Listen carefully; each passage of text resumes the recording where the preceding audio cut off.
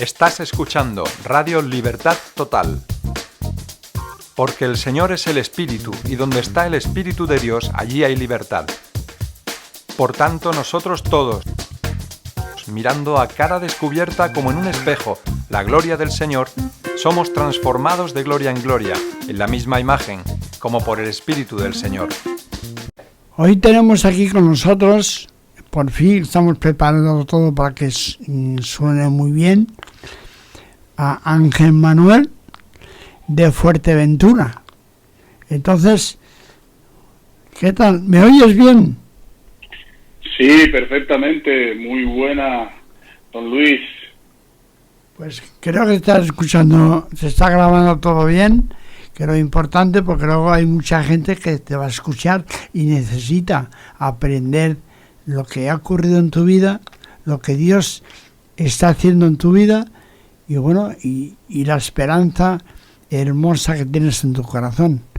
¿Qué te parece si empiezas por explicar, aunque sea brevemente, cómo ocurrió esto en tu vida? ¿Qué edad tenías cuando conociste al Señor Jesucristo? Y bueno, y todo lo que está ocurriendo en tu vida, que es tremendo.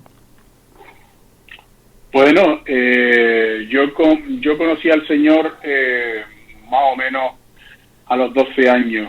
Tengo que decir más o menos porque los que nos hemos criado en el Evangelio desde pequeñitos, mi madre católica, mi padre pues evangélico, pero un evangélico que prácticamente no iba a la iglesia, pero bueno, él trataba de inculcarnos la fe de su madre a nosotros, y por eso pues yo pues fui bautizado cuando era pequeño como católico, pero después ya no me dejaron hacer comunión ni nada de eso. Mi padre no quería, ¿no? Entonces, bueno, pues yo fui criado prácticamente en las dos aguas, ¿no? En el catolicismo y en el protestantismo, pero siempre pues con la tendencia del protestantismo porque pues los veranos en La Gomera con mi abuela Matilde, una de las primeras protestantes de la isla de La Gomera, pues tenía que ir al culto y todo. Luego ya cuando llegué a Tenerife, pues una tía mía, mi tía Rosa, que vivía debajo de nosotros, pues ella fue la que se encargó de llevarnos a la iglesia, a mis hermanas y a mí, ¿no? Entonces, bueno, a mí principalmente era el que más me llevaba porque tenía una relación más estrecha con mis primos. Y bueno, pues así un poco fui como criado en el Evangelio, y uno va como conociendo al Señor, pero no sabe exactamente el día en el que pues que de verdad pues el Señor vino a morar dentro de tu corazón, ¿no? Pero yo creo que fue cuando tenía más o menos 12 años, ¿no? Y a partir de ese entonces, pues, a partir de los 12 años, pues ya tuve una búsqueda del Señor un poco más intensa, hasta llegar a un campamento de jóvenes en el año 1991, en el que el Señor pues me llamó. Y ahí ya sentí el llamado del Señor, la llamada del Señor clara sobre mi corazón para servirle. Yo no sabía qué ni nada, sino sencillamente yo lo que era una búsqueda y un deseo en mi interior de conocer más del Señor, de buscarle más, de estar más cerca de Él. Entonces ya pues empecé a interesarme muchísimo más por las cosas del Señor y de la iglesia. Y me junté bastante con mi tía, una tía mía que vivía enfrente, mi tía Toña, que ella prácticamente fue una instructora, y bueno, pues cada día pues iba a su casa y hablábamos, y así fui creciendo. ¿Y te explicaba la palabra de Dios? Me explicaba la palabra del Señor, y así fui creciendo más en Cristo y en esa búsqueda, hasta que ya pues ya recuerdo en una habitación en la azotea de mi casa, que ahí fue un toque muy especial de Dios y sentí fuertemente la presencia del Espíritu Santo, y a partir de ese entonces ya la cosa se convirtió en algo mucho más serio, porque ya yo tenía ya pruebas indudables en mi vida del poder de Dios y que Dios estaba sobre mí. Entonces ya a partir de ese entonces pues esa llamada se hizo más fuerte y yo no quería sino servirle, y bueno, pues me iba solo a los hospitales a predicar el Evangelio, en fin, a mis amigos en la calle a todos les predicaba, en fin, ya era una prácticamente una obsesión el hecho de predicar el Evangelio, ¿no? Y bueno, después de eso pues me empiezo a preparar por correspondencia a Instituto Bíblico, porque no había otra cosa en aquel entonces, una cosa, por lo menos algo que fuera compatible para mí con mi trabajo secular y con la vida que yo llevaba. Y fui preparándome hasta que, bueno, pues decidí irme al puerto de la Cruz a colaborar, ayudar en la electricidad, porque mi profesión era electricista, y allí a hacer la electricidad de aquella iglesia. Y cuando estaba allí en aquella iglesia en el puerto de la Cruz, pues vi todo el desarrollo del trabajo que hacía la iglesia esa en el puerto, y hablé con el pastor José Enrique, que yo quería quedarme por allí pues ayudando y colaborando en lo que fuera, y ahí fue cuando ya pues empecé a ayudar y colaborar en esa iglesia mientras seguía estudiando, ¿no? Y luego se murió el pastor de Fuerteventura, Guillermo Coelho, se murió de un derrame cerebral, y tenía la esposa y 2 niñas pequeñitas. La esposa era maestra escuela, que estaba destinada a Fuerteventura, y ella pues a causa de eso pues decidió regresar a la isla de Gran Canaria, y bueno, pues quedó una vacante ahí, con un grupito que tenían ellos más o menos de unas 8 personas. Quedó una vacante y me lo propusieron para ir, y yo en principio dije que no, pero después ya dije que sí. Dije que sí más bien por orgullo, porque la persona Bueno, ¿qué te iba a decir? ¿Quién te convenció para decir que sí? Sí, porque, vamos a ver, yo estaba estudiando el Instituto Bíblico por correspondencia, ¿no? Y entonces un pastor me dijo que tenía que ir a un instituto bíblico presencial, y que si no iba a un instituto bíblico presencial yo nunca iba a ser pastor y nunca pues iba a poder ejercer el ministerio, ¿no? Entonces yo no fui a ningún instituto presencial. Entonces pues esta persona que me había dicho que tenía que ir a un instituto presencial si no iba a ser nunca pastor, pues fue la persona que vino a pedirme, cuando dije que no al principio, que no quería ir a Fuerteventura. La segunda persona que vino a pedírmelo fue esta persona. Entonces esta persona pues me dijo, mira, para que vayas a Fuerteventura, y entonces pues yo dije, hombre, esta persona me dijo en su día que no iba a ser nunca pastor, y ahora me está pidiendo que vaya a Fuerteventura a pastorear. Pues yo por orgullo le dije, pues sí voy. Y entonces, claro, la primera persona, que fue mi pastor, en este caso José Enrique, pues se quedó sorprendido porque dijo, pero ¿cómo? A mí me dijiste que no, y al otro le vas y le dices que sí, pero ¿esto por qué? Y entonces le expliqué, ¿no? Y me vine a Fuerteventura y empezamos la obra aquí con 8 personas, y bueno, pues ahora somos más de 1000 personas. ¿Con 8 personas? Sí. Buen trabajo, ¿eh? Un trabajo tremendo, ¿no? Sí, eran, recuerdo hasta los nombres perfectamente, porque cuando llegué aquí a Fuerteventura tenía que quedarme en el local a dormir, pues no había sitio donde, no había nada, ¿no? Entonces, bueno, pues dormía en el local, ahí me enfermé de una pulmonía, una neumonía, pasé fatal, En fin, una experiencia. Y tenía que ir a comer, pues no había comida, no había nada, a comer cada día a una casa diferente de estos hermanos, ¿no? Y bueno, pues eran 8, pero iba a 6 casas. Luego ya el domingo no había para comer en ningún sitio. Y entonces, pues así, estaba todo el rato toda la semana iba de una casa distinta a comer para poder sobrevivir una sola comida al día.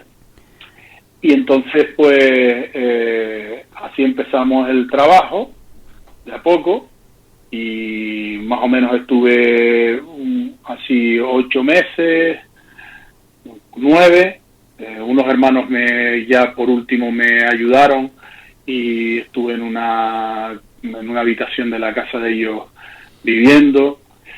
Y después de eso, pues ya me casé, más o menos a los 8 meses o 9, me casé y ya me vine con mi esposa aquí. Ya, bueno, ya había conseguido que las Asambleas de Dios de las Islas Canarias pues me ayudara con algo, cobraba más o menos, no sé, 300, no sé, me acuerdo si eran 300 o 400 pesetas. O sea, económicamente no sé. Te refieres, ¿no? Que te ayudaron. Sí, me ayudaban económicamente para poder pagar el alquiler de la vivienda. Y con eso, pues, con mi esposa, viviendo en un piso ahí en la calle León y Castillo, pues comenzamos sobrevivíamos con lo que nos dábamos, ¿no? Y la iglesia prácticamente no entraba casi nada ofrenda, entraba para pagar el local y cada vez ni para pagar el local, que teníamos que poner nosotros parte de. Y en fin, pues así fuimos sobreviviendo muchos años. La iglesia llegaba a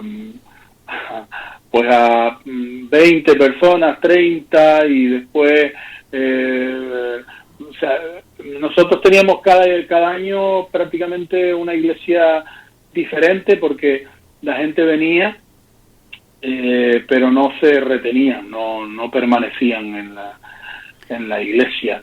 Y bueno, esto era muy puebleño. Aquí todo el mundo se conocía en Fuerteventura, todo el mundo se conocía. Hay muchas experiencias aquí en ese tiempo muy desagradables y muy duras, persecuciones de todo tipo. Tú date cuenta que el antiguo pastor que estaba aquí, no el pastor al que yo sucedí, sino otro de la iglesia de Asamblea de Hermanos, fue un pastor que terminó en un psiquiátrico, porque aquí la cosa en Fuerteventura era muy dura, muy dura. Vaya, me estás dejando asombrado, ¿eh? Sí, prácticamente una persecución en toda regla. ¡Qué batalla! Sí, de cortar la luz, el agua, yo qué sé, pues perseguirte, pues la policía de repente, pues irte a cerrar actos, irte a intentar cerrar la iglesia, o sea, un montón de cosas así, rayarte el coche, tirarte cosas, un montón de cosas muy chungas.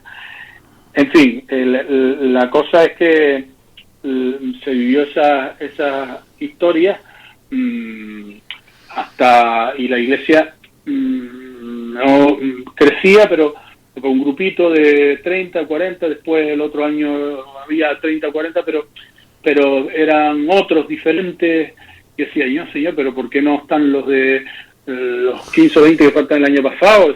Cosas así, ¿no? Era una cosa tan extraña y yo hacía todo lo que podía para hacer crecer a la iglesia. O sea, yo todo lo que oía de que se hacía por ahí en el mundo, apenas existía internet en aquella época, y yo lo que veía que se hacía, lo que escuchaba, lo que leía, pues yo lo hacía, cualquier cosa. O sea, desde locuras de poner pegatinas en las cabinas telefónicas, cambiar la pegatina de la cabina telefónica que decía vida, pues hacer una pegatina prácticamente igual y poner que decía aquella pegatina que decían Visa, ponerle una pegatina que decía vida, yo qué sé, ir a ungir por las calles con aceite subirme a todas las montañas de la isla a orar, yo qué sé, intentar repartir folletos por todas las casas, por todos los lugares. O sea, yo prediqué por todos lados, campañas de evangelística todo el verano completo, con exhausto quedaba en las campañas, y ya por el año 99 ya estaba ya aburrido, ya estaba cansado, psicológicamente agotado y físicamente también, porque era prácticamente la terminación de las campañas del verano y los resultados eran cero. O sea, la gente no quería saber nada en estos pueblos de Fuerteventura. Y ya estaba exhausto y ya no podía conmigo, y recuerdo que me iba en una de las campañas últimas en el barrio del Charco, un barrio complicado aquí en Fuerteventura, pues me iba a desmayar, pero no desmayarme de agotamiento, y desmayarme porque ya la cabeza no me daba más, ya no estaba predicando y me entró esa cosa como que para desmayarme, y me quedé en blanco. Y bueno, pues ahí tuve una pequeña visión que me fortaleció y pude seguir predicando, pero ya a partir de ese entonces la cosa se puso bastante fea en mi vida. Me fui para casa y ya tocaba campaña el día siguiente, y montamos los equipos y me fui a descansar para después poder volver a predicar por la tarde. Y cuando llegué a mi casa al mediodía ya no podía prácticamente ni moverme ni nada. O sea, una cosa triste, me echó polvo, me puse a orar y me entró un quebranto muy fuerte. Empecé a llorar, porque esto no salía adelante y la cosa era muy dura, y mucha persecución, mucha cosa, y yo no aguantaba y estaba pues prácticamente destrozado. Y entonces pues la presencia del Señor vino fuerte ahí, y no hacía más que llorar. Y bueno, pues salí de la habitación. Cuando salí de la habitación, pues mi mujer me dijo: muchacho, ¿y tal? ¿Qué haces? ¿Que llevas ahí? Pues llevaba ya horas y horas y horas, casi 8 horas metido ahí dentro, y yo, para mí fue como si llevara 10 o 15 minutos. Y bueno, pues después de esa noche, recuerdo, me desperté como a las 3 de la mañana, 3:30, y fui para el salón, y cuando fui allí, pues la presencia del Señor vino y empezaron a brotarme pasajes de la palabra del Señor, y el Señor a hablarme a mi corazón fuerte. Y bueno, yo interpretaba o entendía que el Señor me decía: ahora has hecho todo lo que has podido humanamente, con tu fuerza, has hecho todo lo que los hombres te han enseñado que tienes que hacer, pues a partir de ahora pues vas a hacer lo que yo te diga que hagas. Y entonces empezó a brotarme textos de prácticamente 2-3 capítulos de la Biblia que marcaron ya la estructura y el mensaje de lo que Dios quería que hiciera, ¿no? Y eso fue pues por el año 1999, casi 2000, y a partir de ese entonces empezamos pues empecé a trabajar pues esa estructura que Dios me había dicho, y que lo tengo todo anotado. Y bueno, pues a partir de entonces empezó la iglesia a crecer asombrosamente. Yo me quedé asombrado de cómo poco a poco pues la iglesia iba creciendo y mudándonos de un sitio a otro, así. Nos hemos mudado ya por crecimiento de que estamos ahora, es el lugar número 6 en el que nos hemos mudado ya. O sea que el crecimiento ha sido muy grande. Sí, el crecimiento ha sido muy grande. La verdad que y no hemos parado de crecer. Nosotros de la isla, no sé, iremos de personas que han venido a Cristo, pasado al frente, censados, pasado al frente, y que hayan entregado su vida a Cristo, pues yo creo que estamos censados con nombres y apellidos, pues rondando las 15.000 personas. que hayan pasado al frente. Luego esa gente no se ha quedado ni nada, ¿no? Pero mucha de esa gente, muchísima. Pero hemos hecho un trabajo evangelístico y seguimos haciéndolo muy bueno. Nosotros al mes ahora estamos rondando sobre las 30 y tantas personas que se convierten cada mes, ¿no?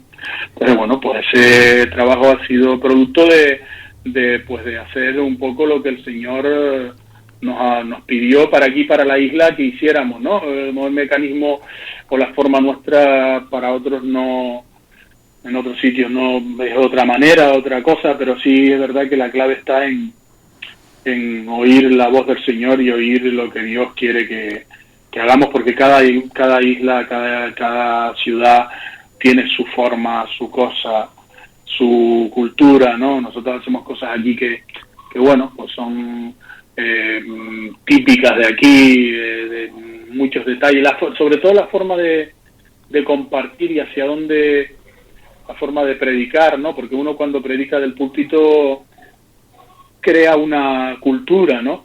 A través de las enseñanzas que uno lanza. Claro, la gente va escuchando y va aprendiendo. Claro, va aprendiendo y se va creando una cultura.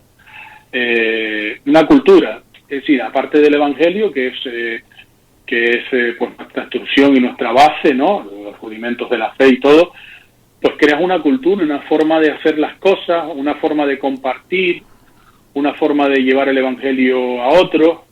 Vas creando, ¿no? Una cultura, ¿no? Claro. Entonces, pues nosotros hemos enseñado mucho a la gente a pues el tema de las relaciones y pues evangelizar por medio de relaciones y de crear primero relaciones y después pues hablar del Evangelio y el propósito de por qué Dios te tiene en un trabajo, en un barrio, en un lugar determinado, respetar mucho la forma de ser del pueblo majorero, del pueblo de Fuerteventura, la isla, sus connotaciones y todo lo que tiene, pues respetarlo mucho, y todo eso pues va como dentro de cada sermón, ese estilo, esa forma, y la gente va aprendiendo a llegar a los corazones de los habitantes de Fuerteventura. Vecinos y gente conocida. Sí, y ese es un poco el trabajo que realizamos, y así pues fuimos creciendo con muchas anécdotas de difíciles, como por ejemplo en una campaña, recuerdo en el año de estas campañas del año 1997, 98, en los que estaba yo todavía ahí, que todavía no me había dado el Señor ese nuevo estilo de trabajo ni nada, pues en el año 99, perdón, pues nació mi hijo Jefté, y a los 8 días de nacido estábamos en una campaña en Gran Tarajal, y claro, yo veía desde arriba cómo zarandeaban a mi hijo, mi esposa y una hermana que ya falleció, que partió con el Señor, la hermana Lali, enfermera, y en la campaña no había prácticamente nadie, 3 o 4 personas, pero ahí estábamos en ese recinto ferial enorme y 3 o 4 personas allí nada más, y compartiendo el Evangelio y tal, y yo desde la plataforma aquella enorme predicando pues a la silla, y bueno, pues vi aquella escena, y cuando terminé de predicar pues bajé, y cuando me acerqué al carrito del niño pues Lali se me acercó, esta enfermera, y me dijo que el niño estaba muerto. ¿Pero qué le pasó al niño? Pues no, estaba muerto, y entonces ella le había intentado hacer la reanimación y todo, y nada, pues mi mujer estaba en shock, y yo pues hecho polvo, agarré el chiquillo en los brazos, y estaba el niño morado, y yo lo cogí, lo levanté y le dije al Señor si para esto me había traído a Fuerteventura, para partirme el corazón. Entonces, nada, cogimos al niño, los 3, mi esposa, Lali y yo, y lo llevamos para el centro de salud, para mirar qué hacíamos, porque ya estaba muerto. Y bueno, pues cuando íbamos por el camino el niño volvió a la vida. Y bueno, pues ahí fue fuerte eso para nosotros, porque bueno, como No, matrimonio, claro, eso. claro, que eso es muy fuerte lo que me estás explicando, Manuel. Sí, sí, para nosotros eso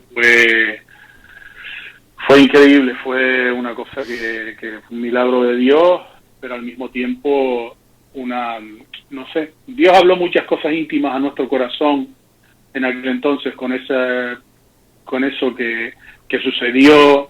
Nosotros cuando el niño se nació nos centramos mucho en él.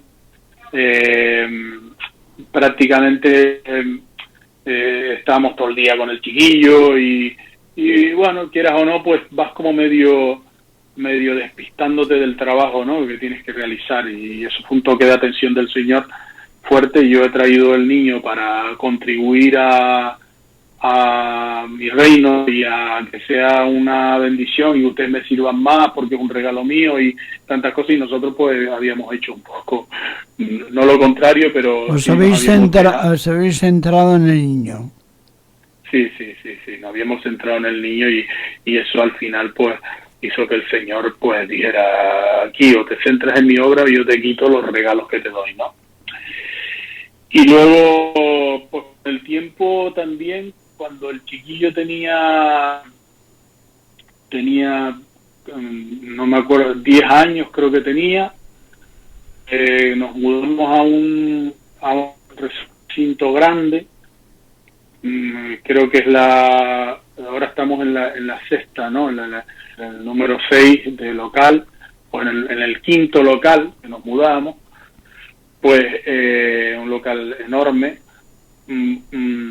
Estábamos allí, fui con unos hermanos para ver el local porque íbamos ya a tomarlo para prepararlo para entrar ahí, y me dieron las llaves para verlo y ya lo teníamos el contrato firmado todo, y ahí vamos a empezar por la semana siguiente con el trabajo. Y fui con unos hermanos para que lo vieran un sábado, y cuando fuimos allí, el hombre tenía dentro de aquel local una lancha grandísima de estas de pesca, y que tenía que sacar y todo. Bueno, tenía muchas cosas de él todavía y que tenía que sacar la semana siguiente, y entre esas cosas había unas bengalas de barco, ¿no? Entonces mi hijo con el hijo de otro hermano que estaba allí se pusieron a jugar con eso, y ese hijo de este hermano pues agarró una bengala y la apuntó hacia mi hijo, ¿no?, esas bengalas fuertes, ¿no?, y cuando la apuntó hacia mi hijo y tiró de la anilla no funcionó. Entonces él la levantó un poco más para arriba y tiró de la anilla, entonces salió el pepino, el disparo, y el disparo fue como una metralla fuerte que traspasó un poco el bloque, y luego la otra metralla se quedó clavada en una esquina del lugar aquel, y empezó a incendiarse todo el sitio, ¿no? Entonces empieza aquello a incendiarse y no habían sino extintores chiquititos, y yo corrí con los extintores para intentar apagarlo, pero eran 8 metros de altura y no llegaba el polvo de los extintores, y yo disparaba extintores y vacié allí, no sé, cuando iba 3, 4 extintores vaciados, aquello no se apagaba, y yo digo: Dios mío, esto se incendia, recién el contrato firmado, ¿esto qué es? O sea, no entendía nada. Y al final pues empecé a disparar extintores, me quedé allí dentro de aquel polvo, los hermanos venían y me tiraban los extintores dentro de aquel polvo porque ellos ni podían entrar del humo de los extintores, y yo, pues aquello se incendiaba, y yo le dije al Señor: bueno, aquí firma un contrato con esto, si esto se incendia, pues me quemas a mí con esto, me quemas a mí con el incendio, me quemas a mí también, si tú no apagas esto. Y yo no sé qué pasó, que el polvo subiría para arriba o algo, que el incendio hizo ¡buah! Y se apagó completamente. Y quedó una llamita chiquitita ahí, que después con un elevador que había ahí la apagamos y quedó apagado. Y yo dije: Dios mío, ¿esto qué es? Vaya susto. Nada. Sí, vaya susto. Y al final pues, pero eso no quedó ahí solo, porque más o menos terminamos las obras al mes, condicionadas de todo, y bueno, una mañana la inauguración del templo era el día siguiente, el domingo, y yo fui el sábado por la mañana, recuerdo, tempranito, Y cuando llegué, habían 2 chicos de la casa de acogida que habían sacado un montacargas pequeñito, y por una acera inclinada, y lo habían levantado pues por encima del techo, más o menos unos 9 metros de altura. Lo habían levantado porque uno quería subirse para pintar unas cosas en el techo, porque la puerta al techo, el acceso al techo era a través de las oficinas estaban cerradas hasta las 9 o las 10 no abrían, y eso eran como las 8 de la mañana, por ahí. Y ellos pues sacaron eso sin permiso ni nada, lo llevaron por la acera, y que uno abajo y el otro subido en el montacarga, subió 9 metros y se pusieron en la esquina, y entonces cuando terminaron de pintar, pues él va, en ese momento yo estoy llegando a la rotonda aquella y estoy mirando y veo el montacarga, digo, Dios mío, ¿qué hace ese montacarga ahí? Todo levantado hasta arriba para que pudiera acceder al techo el chico ese. Pues el chico que estaba arriba cogió con el bote de pintura y saltó al montacarga, y el montacarga se fue de 9 metros de altura, se cayó, así empezó a caer, y aquello cuando llegó más o menos pues a la mitad, cayendo, era como un látigo con el chico aquel encima, y se estampó en el suelo con el chico y los hierros encima de él en la otra acera de la calle, porque llegó hasta la otra acera, eran 9 metros de altura. Ese brazo atravesó la calle, ¿no? O sea, ¡pam!, y cayó en el suelo, y yo dije, Dios mío, se mató. Corrí con el coche por atrás, me bajé, lo vi en el suelo ahí con los ojos cerrados y desmayado, supongo que estaría, me eché encima de él, digo, Señor, vuélvele la vida porque si no nos desgracias con esto. Y nada, el chico ahí se despertó, pero tenía la pierna, el fémur partido por 3 o 4 sitios, ¿no? Y nada, pues cogimos, vino la ambulancia, se lo llevó, pero para recoger aquel montacarga que tenía los hierros retorcidos hubo que traer una grúa gigante, cortar una avenida principal, obstáculos de policía municipal, guardia civil, delegación del gobierno, o sea, 1000 cosas, agarrar aquello y levantarlo, o sea, eso fue una cosa, y yo digo, Dios mío, ¿esto qué es? Estuve desde las 8 hasta las 4 de la tarde para terminar aquella operación de sacar aquello de la calle, y eso marcó mi vida fuertemente porque había sido en la misma esquina en la que se había incendiado, en la misma esquina que hubo el incendio con mi hijo, que casi muere mi hijo ahí, con lo de la bengala. En esa misma esquina se cae el montacarga y yo dije, en la misma esquina, qué cosas, ¿no? Y nada, yo estaba muy mal. O sea, hombre, es para ello, ¿no? Claro, yo estaba muy mal y llegué a aborrecer el lugar, o sea, yo prácticamente iba a predicar, a estar por allí y tal, pero mira, no iba prácticamente a la oficina casi nada, estaba muy Te mal. afectó, o sea, mucho, lugar, ¿no? Sí, me afectó, y estaba con el lugar prácticamente enyugado con ese lugar, ¿no? Y pasaba con el coche y ni lo miraba, y era la iglesia, ni miraba el sitio. Que me estaba diciendo, qué sitio más desgraciante este, casi se muere mi hijo y casi termino yo en la cárcel por culpa de esta caída de este chico, ¿no? Entonces, bueno, al final invité a predicar un pastor como al año. Yo tenía todavía eso en mi corazón del aborrecimiento de ese lugar. Por esa esquina yo no quería ni ir ni pasar por ahí, y tenía esa heridita ahí, ¿no? Invité a un pastor que se llama Mario Vega, de El Salvador, que es un amigo, tiene una iglesia enorme, de miles y miles de personas en El Salvador, y lo invité a predicar y vino, y bueno, estuvimos ahí. El primer día que llegó, empiezo a mostrarle el sitio y le cuento un poco la experiencia de lo que me pasó en la esquina y tal. Entonces él me dice, vamos allí a verlo y tal.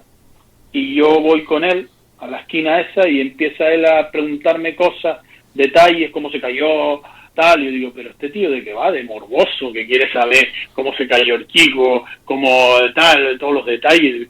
Y yo no entendía nada, y él allí tranquilito, con las manitas en la espalda, caminando para un sitio u otro, una persona ya más o menos mayor, y venga, y para aquí, y para allá, y me cruza la calle, vuelve para el otro lado, y hablándome, estuvimos ahí, yo qué sé, 15 minutos, y yo decía, pero yo me quiero largar de aquí, o sea, yo no quiero estar aquí, todavía estaban las marcas de aceite, después de un montón de tiempo, además, casi un año, todavía el sitio ese que le habías cogido manía, ¿no?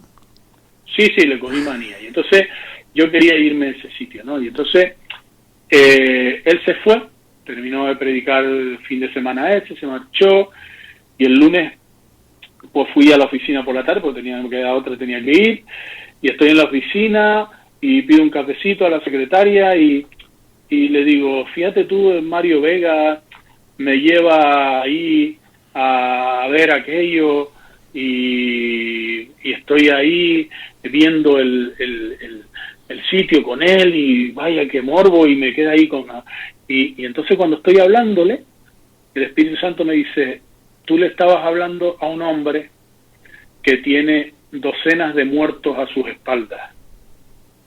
Y yo dije, ¿cómo es esto? Y entonces me acordé que Mario Vega, un autobús, una guagua en El Salvador, que él venía a la iglesia, o que salía de la iglesia con no sé, 30 personas o 30 y pico personas, con mujeres, niños, hombres, o sea, familias, ¿no? Esa guagua salía del culto y subió por un barrio, y ese barrio recibió una riada, y la riada arrastró la guagua, y la guagua se quedó inundada de agua, y ahí se salvó uno solo, murieron todos ahogados. Vaya. Los miembros de su iglesia. Entonces, claro, ese hombre estaba ahí, Mario Vega, que tuvo que hacerle frente, me acuerdo yo, a eso, y era algo que yo conocía, hacerle frente en todo el país, eso sonó en todo el país, a nivel mundial, se oyó la noticia, y él tuvo que dar la cara. Imagínate las preguntas de la gente, cómo es posible que salgas de un culto y te mueras, las familias, los niños que murieron ahogados, o sea, era una cosa para él, como pastor, fue muy duro para esa iglesia pasar por eso, y yo a ese hombre que había pasado por esa experiencia le estaba contando que se había caído uno y se había roto la pierna, y que yo estaba hecho polvo porque por ese que se había caído, o sea, para él aquello le tenía que estar causando risa, y diciendo, este tío está hecho polvo por esta tontería, y yo mira lo que me ha pasado, y estoy aquí sirviendo al Señor, y sigo para adelante sin rechazos a nada ni a nadie, y está aquí parece que se le ha venido el mundo encima con esta caída de este montacarga aquí, ¿no? Y ahí eso fue lo que me habló el Señor, diciendo, yo estaba mostrándole a este hombre un uñero que tengo en el pie pequeñito, y este hombre ha recibido una tremenda operación de corazón, de pulmón en su vida, ¿no? Entonces yo volándole de mi uñerito como si fuera gran cosa, y ahí el Señor me sanó completamente de ese acontecimiento con mi hijo y con el chico que se cayó, con el conocimiento que vino, que me trajo el Espíritu Santo a mi corazón de lo que le pasó a Mario Vega, ¿no? Pues esa ha sido un poco las experiencias que hemos tenido aquí. Hemos tenido otras también, bueno, ¿no? Muy fuerte, escucha, Ángel Manuel, que te llamaré más a menudo. Bueno. Porque no solamente la experiencia, sino también con la ayuda del Señor cómo has podido superarla, ¿no? Yo me acuerdo que estuvimos el año 2005, puede ser. Estuvimos en Israel, o 2004, sí. 5 sí. Por ahí, estuvimos en Israel y todo fue muy bien. Sí, fue excelente. No ocurrió nada. Muy bonita. Por eso digo que tienes que explicar todo eso cómo lo vives tú, porque además me encanta escucharte, porque lo explicas de una forma que lo haces vivir. Sí. Bueno, son experiencias que se tienen, que supongo que todos los pastores tendrán sus propias experiencias personales. La verdad que encontrarse con un pastor y hablar, un pastor que lleva años en cualquier lugar, es encontrarse con una persona que ha padecido sufrimientos, persecuciones, dolores, angustias, soledades, y por eso, bueno, pues cada pastor tiene su experiencia, y cualquier pastor que esté en cualquier sitio, haya crecido su iglesia mucho o no, o poco, o lo que sea, es un hombre de Dios que ha dado su vida y que ha sacrificado mucho por estar ahí. Amén. Y debe ser pues respetado, ¿no? Escucha una cosa, como ya nos alargamos un poquito más de la cuenta, sí, te quiero pedir que ores al Señor por las personas que nos están escuchando en este momento. Pues muy bien. Pues Padre, te doy las gracias por todas las experiencias que nos haces vivir y que marcan nuestra vida y que nos instruyen y que nos forman al lado de la cruz, porque al final de todo, Señor, la cruz es misericordia, amor y paz y todo, pero también es sacrificio, y por eso tú nos llamas a tomar nuestra cruz, que es pequeña en comparación a la tuya, ¿no? Pero, Señor, te pido que tú alivies las cargas y los dolores y los sufrimientos que cada hermano vive, y sobre todo los pastores que viven en su experiencia y en su amor por ti y su deseo de predicar el Evangelio, que tú alivies con tu paz cada corazón, Señor, y que traigas el bálsamo del cielo que pueda, Señor, anestesiarles de los dolores y de los sufrimientos que se padece en tu obra, y darles la gracia, Señor, de poder ver con sus ojos cómo el fruto de su trabajo pues crece y se multiplica, Señor. Te pido una bendición especial sobre sus vidas y que tu gracia esté acompañándonos siempre. En el nombre de Jesús. Amén. Amén. Pues muchas gracias y espérate, no cuelgues todavía, ¿eh? Vale.